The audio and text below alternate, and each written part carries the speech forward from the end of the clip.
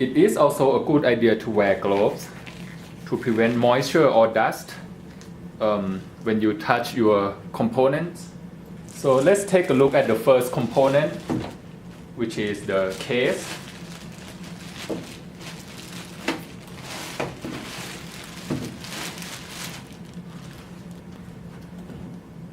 So let's take off all the plastic.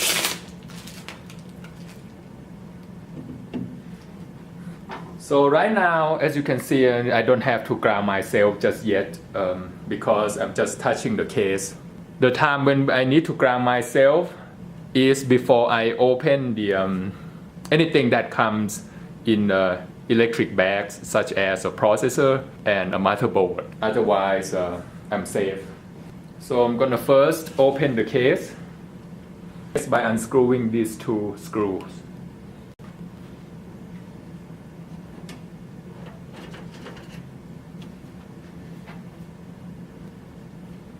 So just take out the case, and this is what we have inside.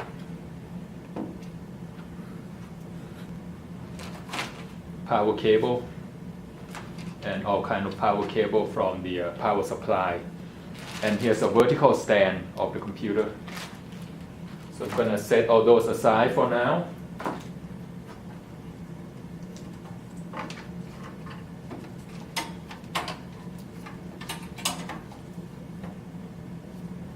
So the first thing we need to do is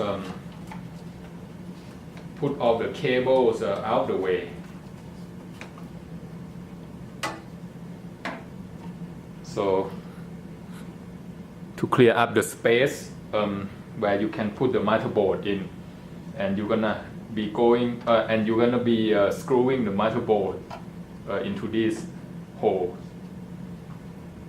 And this case has one slot for an optical drive and one slot for a hard drive, 3.5 inch.